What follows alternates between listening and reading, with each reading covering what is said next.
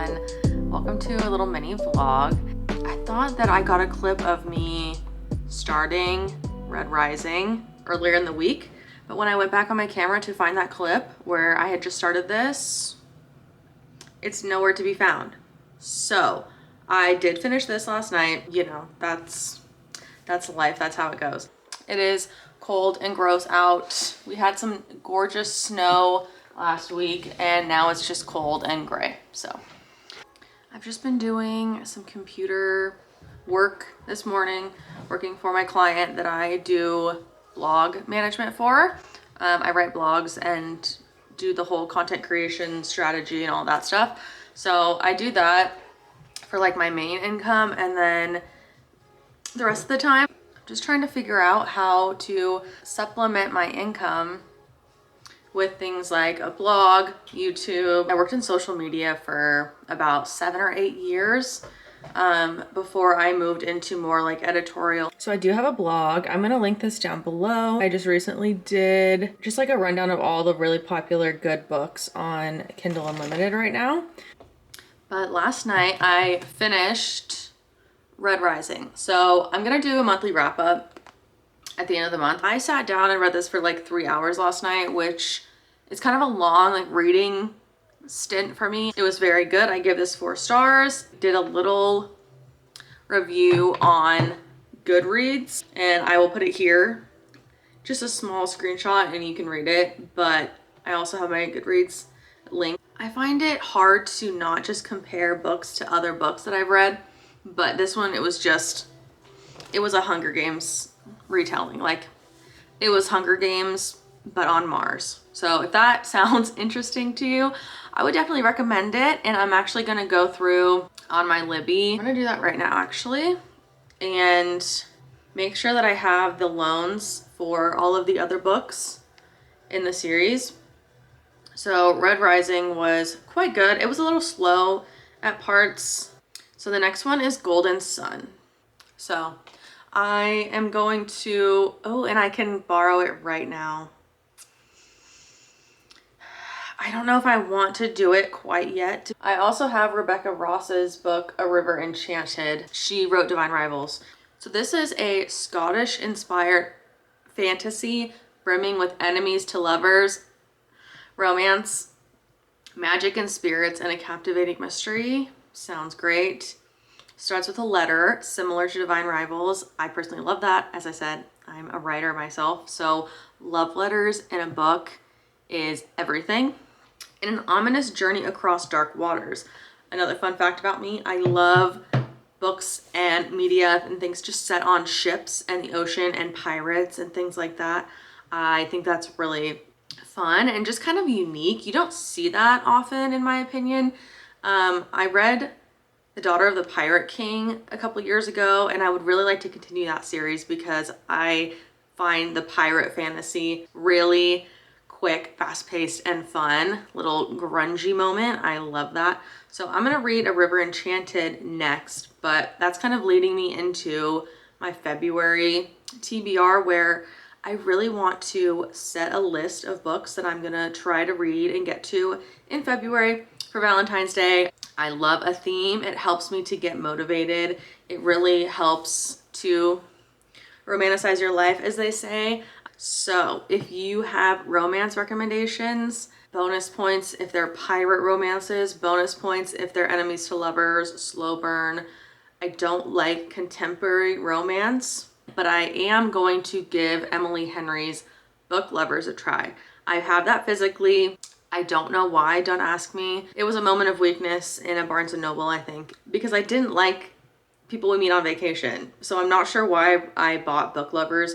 Probably because of the title and the plot being book lovers. I think if I'm gonna like any Emily Henry, that's probably gonna be it. I'm actually gonna switch to sharing my computer screen and I'm gonna go into my little list and we're just gonna go pick some romances that I'm gonna try out in February. I will be doing a video for these sometime, probably like mid to end February. I'm gonna really focus on reading romance for like the next 2 or 3 weeks. So that's gonna be a journey for me. And then after that, I'll probably continue and pick up the Red Rising series. All right, let's see. We're just on the main page of Goodreads right now for romance. I just want to see what I'm thinking. Related genres here, which I will probably click into, specifically historical, fantasy, science fiction. I know for a fact what the first science fiction recommendation is going to be for romance. It's going to be Ice Planet Barbarians, and I've read it. But let's just see here. Okay, Ruthless Vows definitely is on my list. I would consider purchasing this physically, so that might get read because I did really like Divine Rivals. And this is my issue with romance. All of these covers give me the ick. Okay, we're in the fantasy romance section. This is more my vibe. These are new releases though. Okay, most read. I've heard really good things about What the River Knows, about A Study of Drowning. I did not know that the Encyclopedia of Fairies was considered a fantasy romance. Definitely interested in that one. Serpent and Dove I read and I actually quite liked it, but then the second one in that series was absolutely a mess. So unfortunately I won't be reading more of those and I can't recommend it. Okay, this is another genre that I can get behind.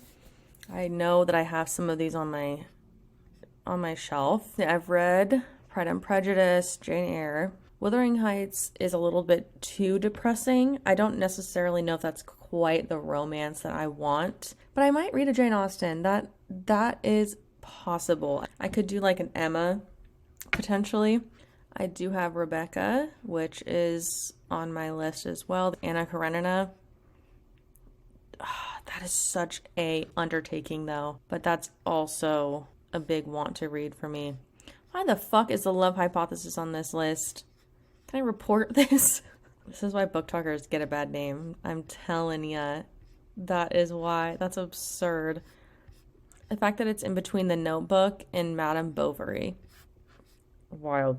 Spanish, get out of here. I'd love to read The Phantom of the Opera one day. So yeah, I think maybe like, fucking get out of here.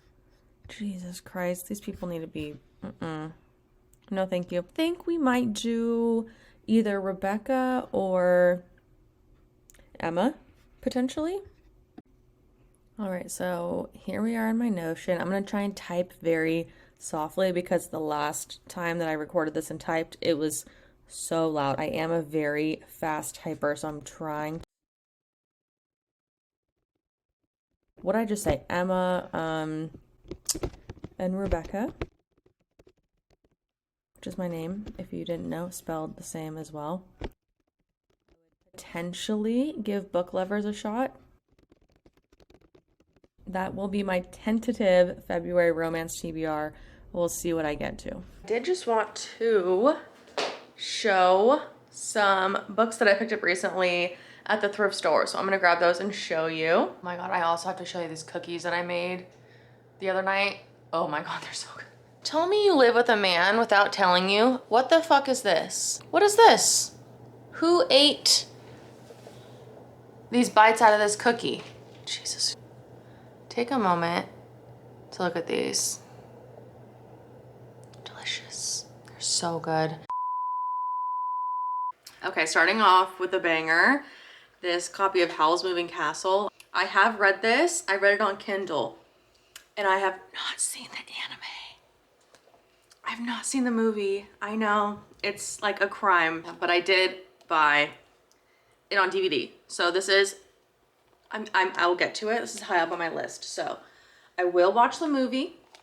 But I loved the book, so I did get this copy. This is part of my sci-fi journey that I feel I will be taking this year because I did enjoy Red Rising, really enjoyed both of the sci-fis that I read this past year. So we've got a classic Ender's Game, as well as whatever this one is. It's part of the Ender series, but I don't know which in the series this is, but it was there with this one. So I figured I would just grab it. So this is Shadow Puppets. And like I said, I'm really into sci-fi right now.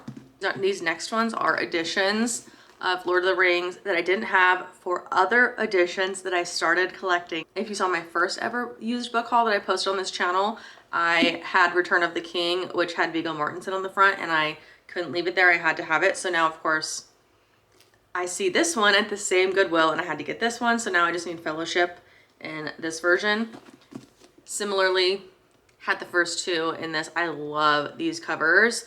They're really pretty. Return of the King is my least favorite in the series, but I mean, still epic, right? I think I have 4 editions of Lord of the Rings at this present moment. And then this last one is a classic that I didn't have. This is the Odyssey. This is a Penguin Classics Deluxe Edition. I looked up what these pages meant and then I totally forgot it. Uncut. That sounds decal edges. Love that. This one was very obviously a high school edition of this. As I said, I love when I have seen people's annotations. So this person, Keith, got to book 1 and decidedly gave up. But you know what? I can't blame him. This isn't for everyone. There are notes in here of obviously someone reading this for school. And then, you know, when you get halfway through on book 14, there's not a mark to be found in this. But I like that. I think it just makes a book really special to know that it's changed hands and that multiple people are getting use out of it. It's just something that I enjoy in books. I actually wasn't aware that this is basically poetry. I did not know that. I mean, when you look at it, you can tell that that's obviously the format that it's in. I read Milk and Honey, and that was one of the worst books I've ever read, and then I think that kind of scarred me from poetry. Obviously, I don't even get me started. Like, I'm aware that that is not a good representation of literature and poetry, but it was so terrible that I literally never picked up poetry again. Going on the complete other end of the spectrum, I'm not sure this is gonna be it either for me for poetry, but it is something that I like to have, and I do think this is a gorgeous cover. Even though it's a little bit obnoxious in the colors, it's still a very pretty edition.